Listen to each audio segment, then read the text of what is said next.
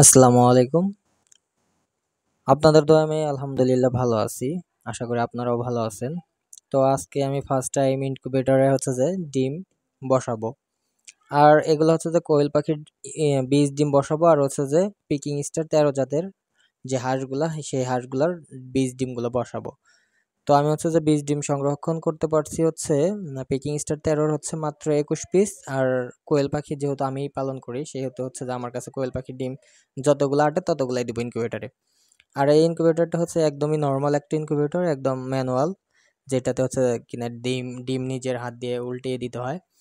আর এখানে ডিম দেওয়া যায় হয়তো বা মেবি কোয়েল পাখি বলছিল 200 বা 250 পিস, কিন্তু আমি 21টা হচ্ছে যে আমি যেহেতু পিকিং স্টার 13 জাতের হাঁসের বাচ্চা দিচ্ছি, ডিম দিচ্ছি, সাথে যে কয়টা ডিম দেওয়া যায় কোয়েল পাখির আর কি। আর আমি হচ্ছে তো ফার্স্ট টাইম, এর আগে কখনোই হচ্ছে যে ডিম ফোটাই নাই মেশিনে। আর হচ্ছে যে কোনো ধরনের বীজ ডিম চেনে কিভাবে বা হচ্ছে যে এই ধরনের কোনো অভিজ্ঞতাই নাই। তো আমাকে হেল্প করছে হচ্ছে আমার এক ছোট ভাই, সাথেই ছিল। আর আমি হচ্ছে যে আজকে এই ডিমগুলো বসাবো হচ্ছে যে আজকে থেকে আগেই বসাইছি, কিন্তু হচ্ছে যে ভিডিওটা আজকে আপলোড করতেছি। আমি 24 তারিখে বসাইছি, আর ব্যস্ততার কারণে হচ্ছে যে ভিডিওটা এডিট করা হয়নি বা ভিডিওটা আপলোড করা হয়নি। তো এইখানে আমি হচ্ছে যে 21টা পিকিং স্টারের ডিম দিছি, আর হচ্ছে যে 110টা হচ্ছে যে কোয়েল পাখির ডিম আসছে টোটাল। এটা হচ্ছে মিডিয়াম সাইজ একটা হচ্ছে যে ইনকিউবেটর। আর এটা বানায় হচ্ছে আমার ফ্রেন্ড, যে যার কারণে আমি খুবই কম প্রাইজে নিতে পারছি। তো যাই হোক, আলহামদুলিল্লাহ ডিমগুলো বসানো হচ্ছে।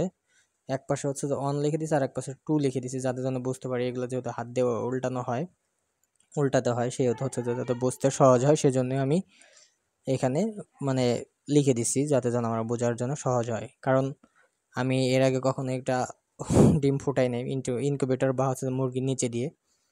তো সবাই দোয়া করবেন যাতে যেন ডিমগুলো ভালোভাবে ফুটে, আর এই ডিমগুলো যাতে যেন আমি বাচ্চাগুলো যেন আমি সুস্থভাবে লালন পালন করতে পারি।